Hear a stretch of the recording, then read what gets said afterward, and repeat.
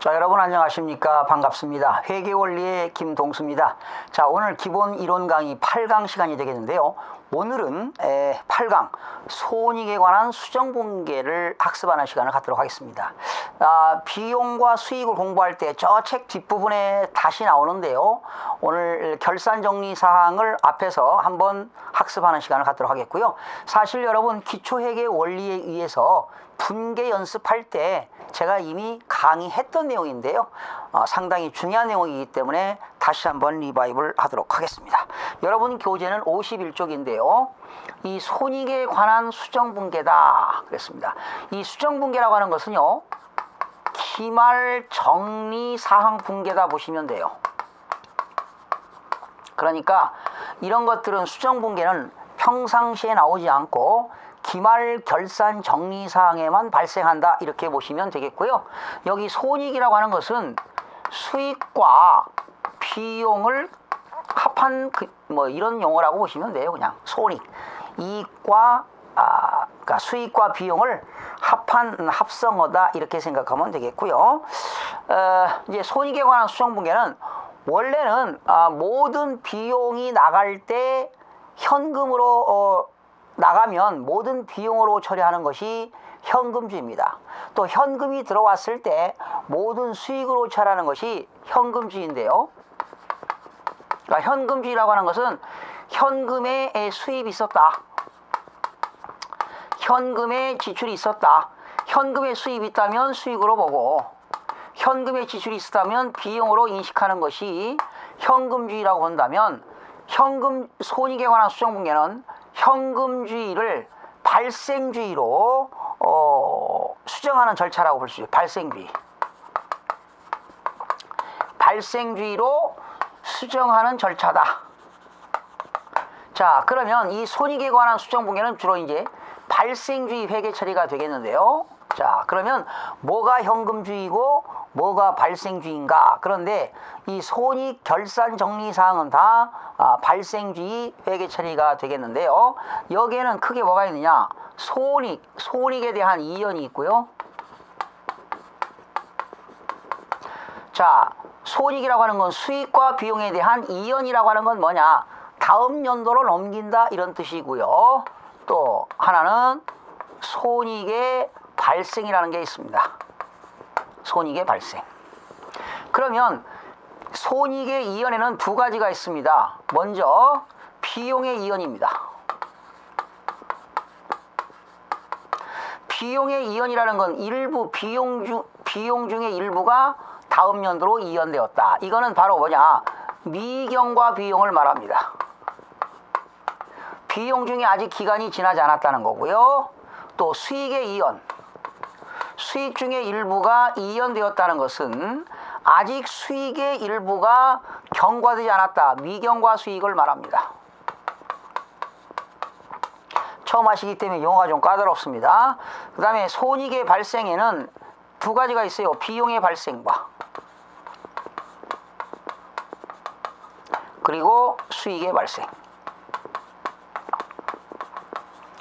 이 비용의 발생이라고 하는 건 뭐냐? 미지급 비용을 말합니다. 수익의 발생은 미수 수익을 말합니다. 이런 용어인데요. 용어들이 좀 까다롭습니다. 그러면 지금 비용의 이연부터 여러분 설명을 한번 드려볼게요. 비용의 이연, 그리고 수익의 이연, 비용의 발생, 수익의 발생인데 여러분 혹시 이런 말 들어보셨나요? 예를 한 번씩 들어볼게요. 여러분 저 상품을 주문하고 계약금으로 미리 지급하는 거 뭐라고 그랬죠? 선급금. 계약금으로 미리 받으면 선수금. 그래서 선급금은 자산이고 선수금은 부채라고 배웠죠. 그런데 여기 비용의 이연은 선급 비용을 말합니다. 지역하면 비용의 일부를 미리 지급했다라는 겁니다. 그래서 선급 비용은 이건 자산에 들어갑니다. 그 다음에 미경과 수익이라고 하는 것은 선수수익입니다. 수익은 수익인데 먼저 받은 수익이다. 직역하면 비용은 비용인데 먼저 지급한 비용은 자산이고 수익은 수익인데 먼저 받은 수익은 이건 부채가 된다는 거죠. 그리고 여기 미지급 비용. 그래서 이제 선급 비용이나 예를 들면 선급 보험료라든가 뭐 선수 수익은 선수 이자라든가 여기 미지급 비용. 미지급 비용은 아직 비용은 비용인데 지급하지 않은 거니까 앞으로 갚아야 될 의무가 있기 때문에 부채가 되겠고요. 그리고 미수 수익은 수익인데 아직 받지 못한 수익이니까 자산으로 보는 겁니다. 그래서 여러분 지난 17회 때도 나왔죠. 그 손익계산서에 들어가지 않는 것, 포괄 손익계산서에 들어가지 않는 내용 중 안 들어가는 것, 정답은 선급 비용. 예를 들어 선급 보험료가 답이었어요. 보험료를 미리 지급했다는 얘기죠. 그래서 보험료로 따지면 여기 선급 보험료 같은 게 되겠고요. 선수 수익, 이자를 미리 받았다. 선수 이자. 이자를 지급하지 못했다. 미지급 이자. 이자를 받지 못했다. 미수 이자. 그러니까 이것만 기억하세요. 선급은 자산이다. 선수는 부채다. 미수는 아직 못 받았으니까 자산이다. 미지급은 아직 지급하지 않았으니까 부채다. 자, 다시 이걸 생각하세요. 선급금, 미리 계약금 준 거죠. 자산이니까 선급 비용도 자산이다. 계약금으로 미리 받은 선수금, 부채니까 부채인데 선수 수익도 역시 부채가 된다. 상품이 아닌 건물을 구입하고 대금을 지급하지 못하면 미지급금 부채지요. 역시 미지급 비용도 부채입니다. 미수금, 건물 같은 걸 처분하고 대금 못 받으면 미수금이라고 하지요. 미수 수익도 미수금 자산이죠. 역시 미수 수익도 아직 받지 못한 수익으로서 자산이 되겠는데요. 자, 처음 하니까 용어가 좀 까다롭죠. 자, 그러면 하나씩 설명을 드려보겠습니다. 비용의 이연부터 소개하겠습니다. 비용의 이연.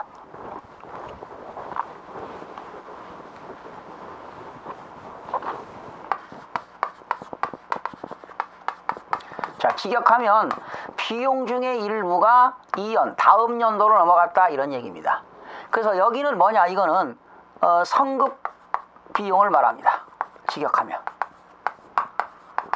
예를 들면 비용은 비용인데 보험료를 먼저 지급했다. 선급 보험료. 이자를 먼저 지급했다. 선급 이자. 집세를 먼저 지급했다. 선급 임차료. 전부 다 자산이 되겠습니다. 자산. 그러면 예를 들어 보겠습니다. 자, 회계연도는 1월 1일부터 12월 30일까지가 되겠죠. 만약에 우리가 화재 보험회사에 보험료를 1월 1일 날 지급했다면 문제가 상관없어요. 회계기간은 12월 말까지니까 1년분 지급했으니까 상관이 없는데, 만약에 여러분이 5월 1일 날 1월, 2월, 3월, 4월, 5월 여기 5월 1일 날 보험료를 지급했다면 다음 연도 4월 30일까지가 되겠죠. 이게 1년분입니다. 이게 1년분. 그러면 여러분 한 달에 보험료가 10,000원이라고 가정해 봅시다. 그럼 5월 1일 날 보험료를 10,000원을 지급했을 때 한 달에 10,000원씩이니까 1년이면 12달이니까 120,000원 되겠죠. 그럼 현금 나갔습니다. 대변에 현금 120,000원 나갔어요. 한 달에 10,000원씩이니까. 그러면 비용의 발생 보험료 120,000원. 그러면 이렇게 현금이 나갔을 때 보험료라는 비용으로 다 처리하는 것이 바로 뭐냐? 현금주의입니다. 현금 나간 것만큼 다 비용으로 이식하는 건 현금주의인데, 우리나라 수익과 비용은 현금주의를 인정하지 않습니다. 발생주의 회계처리입니다. 그러면 자, 5월 1일부터 다음 연도 4월 30일까지 보험료를 지급했다는 거죠. 다음 연도. 그러면 결산일은 이날이야. 12월 30일이 결산이라고요. 여기서 봤을 때는 5월, 6월, 7월, 8월, 9월, 10월, 11월, 12월 7개월분이 8개월인가요? 그렇죠. 8개월분, 1년분을 지급했지만 12월 30일을 기점으로 한다면 8개월은 기간이 지났다는 거지요. 이게 바로 뭐냐? 8개월이 경과보험료의 경과되었다. 요 4개월분은 아직 기간이 지나지 않았죠.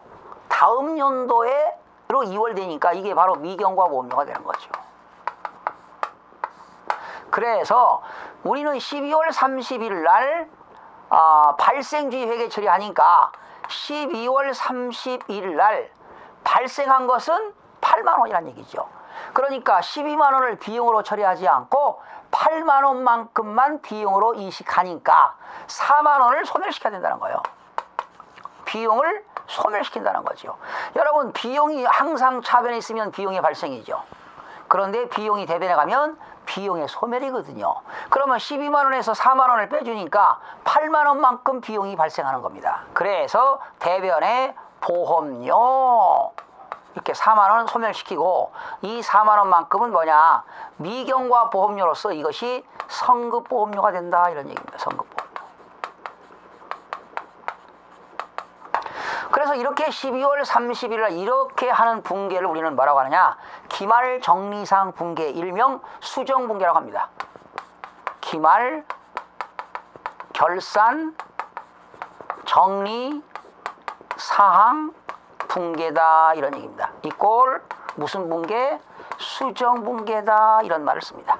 기말 정리사항 분계, 수정 분계. 차변에 성급보험료 4만 원, 대변에 보험료 4만 원. 그러면 결산할 때 결론을 내려볼게요. 대차대조표에는 성급보험료가 4만 원 들어갑니다. 그리고 손익계산서에서는 보험료가 얼마 들어가느냐, 12만 원을 적는 게 아니라 4만 원 뺀 8만 원만큼을 이렇게 적게 되는 거죠. 결과적으로 5월 1일 날 보험료를 12만 원을 지급했지만 결산시에 가가지고는 성급보험료를 사산으로 보는 거죠. 그리고 8만 원만큼은 비용으로 인식하는 회계처리를 발생주의 회계처리다라는 겁니다. 그래서 이렇게 손익의 이연과 또 손익의 발생은 다 발생주의 회계처리라고 보게 되는 겁니다. 그래서 성급비용에는 성급보험료, 성급이자, 성급임차료 다 자산이 된다. 그래서 이러한 성급비용은 뭐가 된다? 비용의 이연이다, 이렇게 보시면 되겠습니다. 이해가 되셨나요? 자, 그러면 수익의 이연으로 넘어갑니다. 받은 수익 중에 일부가 이연되었다, 이런 얘기죠. 수익의 이연입니다. 수익의 이연은 받은 수익 중에 일부가 어떻게? 다음 연도로 넘어갔다. 선수수익을 말합니다. 다음 연도로 넘어갔다. 선수수익. 부채죠, 부채. 선급비용은 자산이고 선수수익은 부채가 되겠습니다. 예를 들면 선수이자. 이자를 미리 받았다. 집세를 미리 받았다. 선수임대료. 수수료를 미리 받았다. 선수수수료. 이런 내용들이 되겠는데요. 자, 보세요. 여기 1월 1일이 있고 12월 31일인데 제가 이자를 1년분 받았어요. 그럼 여기 4월 1일이라고 할게요. 4월 1일 날 1년분 집세라고 할게요. 집세. 한 달에 10,000원씩인데 1년분 집세를 12만 원 한꺼번에 받았습니다. 그러면 4월 1일 날은 부터 언제까지가 될까요? 다음 연도 3월 30일까지가 되겠죠. 2016년도. 그래서 4월 1일 날 분계합니다. 1년분 12,000원을 집세를 받았으니까 차변의 현금 12만 원이 들어옵니다. 그렇다고 이걸 다 임대료라고 하는 수익으로 처리해서는 곤란하다, 이 말이죠. 요 임대료가 1년분을 받았지만 2015년도에는 4월부터니까 9개월 동안 되겠고, 다음 연도는 3개월분이 미리 받은 거죠, 이게. 그런데 이날이 결산일이라는 거예요, 결산일. 그러면 결산일 날 기간이 지난 것만큼만 수익으로 인식해야 된다는 거죠.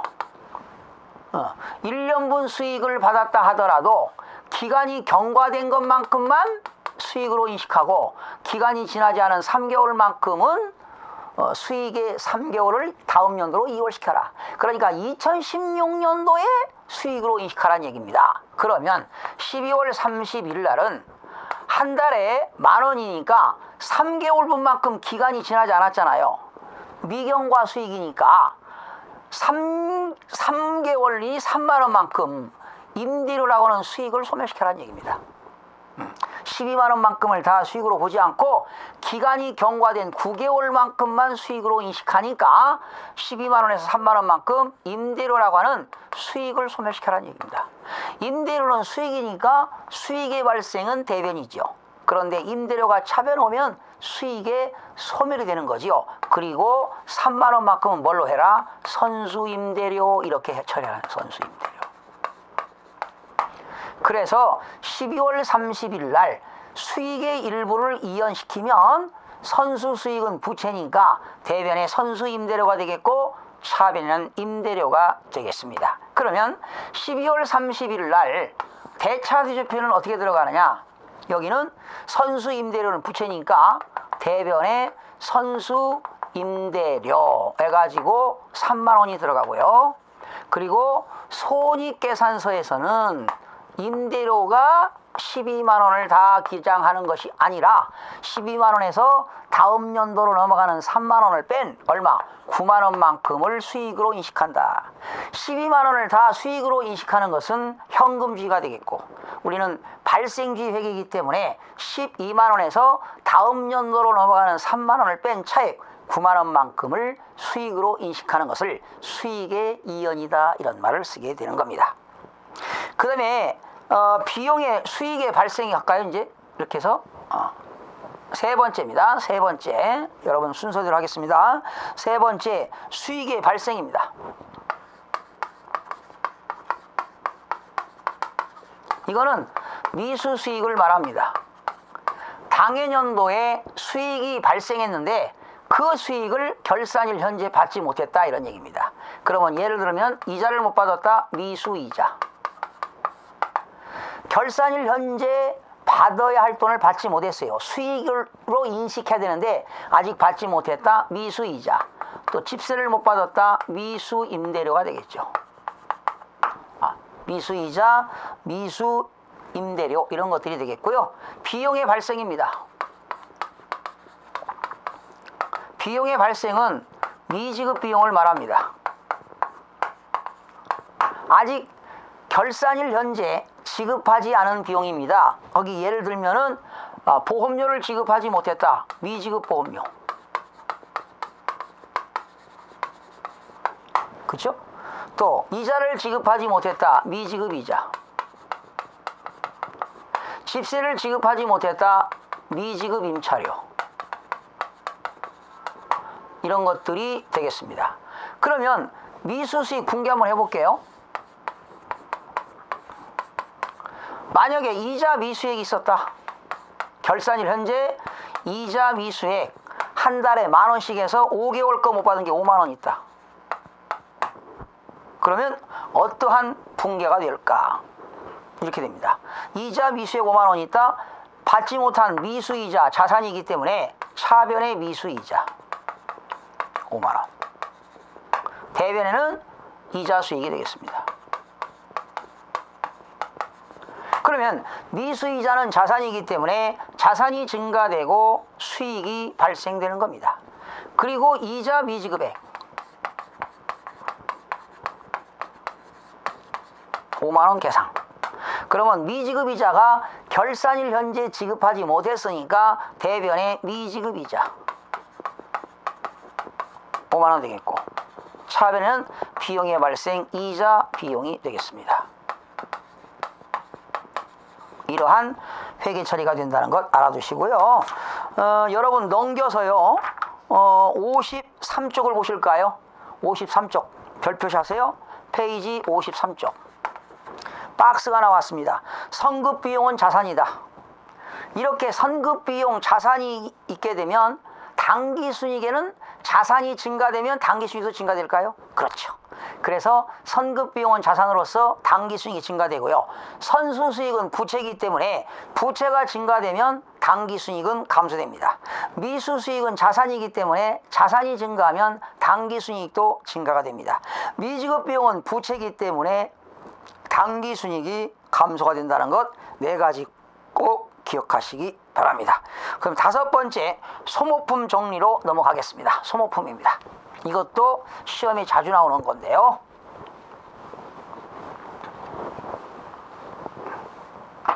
자, 소모품을 구입했을 때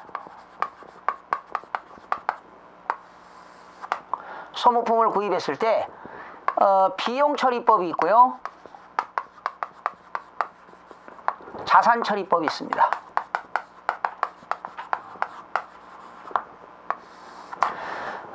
여러분, 사무용품을 구입했다. 사무용품을 구입했을 때 비용 처리한다는 것은 금액이 크지 않을 때입니다. 만약에 사무용품을 구입하고 대금은 현금 지급했다. 대변에 현금 10,000원. 근데 이때 비용으로 처리하게 되면 소모품비가 됩니다.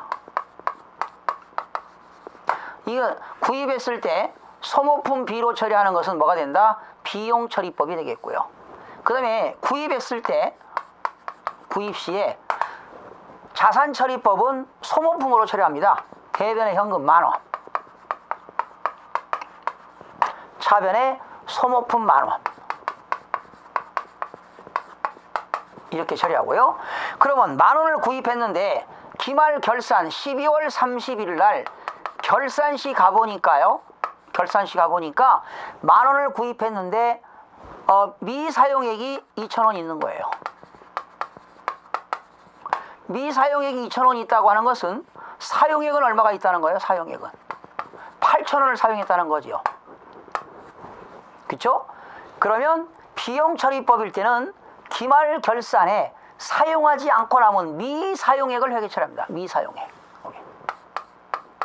그래서 20,000원만큼 사용하지 않고 기말의 결산 시에 남았기 때문에 2,000원만큼을 차변에 소모품, 자산의 증가 소모품으로 처리하고요.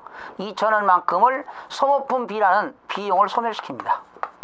이런 회계 처리해야 돼요. 소모품비로 처리했을 때는 글자가 4개죠. 소모품비 4개죠. 그럴 때는 미사용액을 회계 처리합니다. 사용하지 않고 남은 거 2,000원만큼을 자산으로 본다는 거죠. 그러면 결과적으로 대차 대조표는 얼마가 들어가느냐? 소모품은 2,000원이 들어가는 거죠.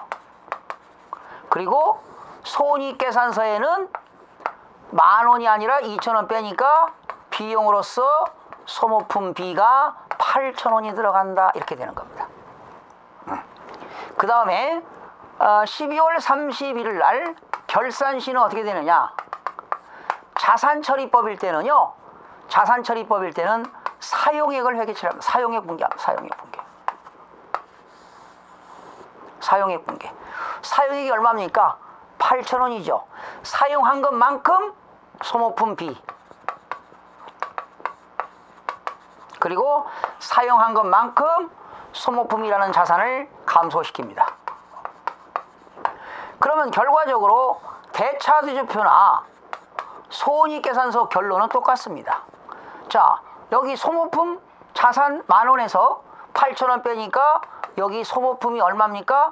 소모품 2,000원 되겠고, 그리고 차변에는 손익계산서 차변에 소모품비 8,000원 이렇게 들어갑니다. 결과적으로 비용처리법이 되었던 자산처리법이 되었던 결론은 동일합니다. 근데 여러분들이 기억할 것은 사무용품을 구입했을 때 소모품비로 처리했을 때는 기말결산에 뭐를 처리한다? 미사용액을 분개한다. 사용하지 않고 남은 2,000원만큼을 차변에 소모품, 대변에 소모품비라고 처리하고, 구입했을 때 소모품이라는 자산으로 처리했을 때는 사용액을 분개한다. 사용한 것만큼을 소모품비 8,000원, 대변에 소모품 8,000원 이렇게 회계 처리하면 되겠습니다.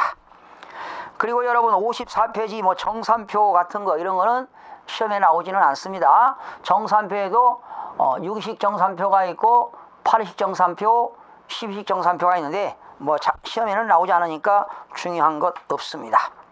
자, 그리고 이제 지난 시간 말씀드렸듯이 재무제표 작성에는 자산부채 자본에 대한 재무제표는 기말 재무상태표, 그리고 일정 기간 동안의 수익과 비용에 대한 것은 포괄 손익계산서가 되겠고요.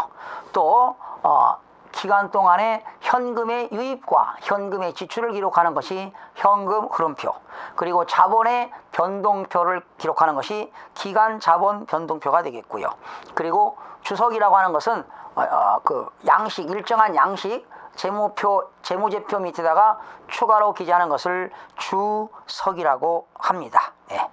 자, 이런 것들이 재무제표 되겠습니다. 자, 이렇게 해서 오늘 이 시간에 중요한 것은 손익의 결산정리사항을 공부해 봤습니다. 중요한 건 기억하세요. 성급비용은 비용의 이원으로서 자산이다.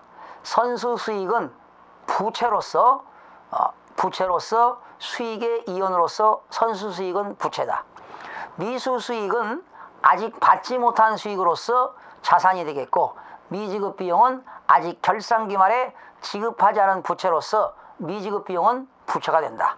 성급비용 자산, 선수수익 부채, 미수수익 자산, 미지급비용 부채.